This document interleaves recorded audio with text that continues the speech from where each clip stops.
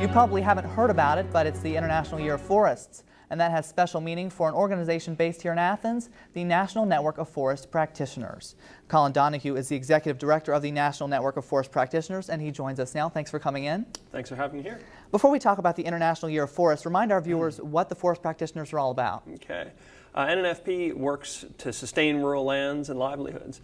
We've worked to find innovators who are creating jobs in rural communities that maintain or enhance the forest and support them in what they do. Now, why is this International Year of Forests so important for your organization and its members?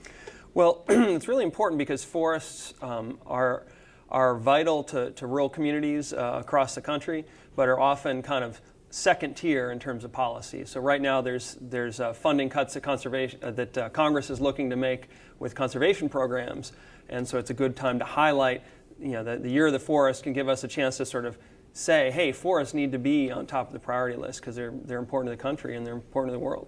Is this the first one there's been, or is this an ongoing thing? Yeah, this is the first one that they've had. It's the UN will declare Year of Women or Year of the Forest or whatever to really highlight certain issues in society that could use attention. Now, why should this pique the interest of the average person in Southeast Ohio?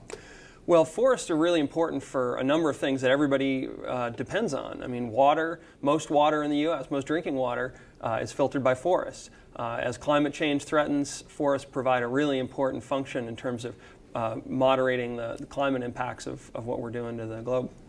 Talk about any special projects or programs the NNFP is doing. Yeah, well, one fun one was this year we co-sponsored a fellowship, the International Year of Forest Fellow that Josh Birnbaum, a local photographer who was at OU here actually, he spent 10 weeks traveling the country documenting different issues where people were safeguarding forests and really sort of shared the dependence of people on the land and vice versa. How are things going for the network? Has the economic downturn affected you at all? Yeah, we're surviving. It's difficult. We definitely could use more donors.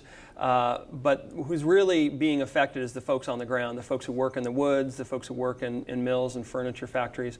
It's just the wheels are coming off the bus in the wood industry. Now, there's an International Year of Forest event at the Dairy Barn tomorrow night. What is that all about?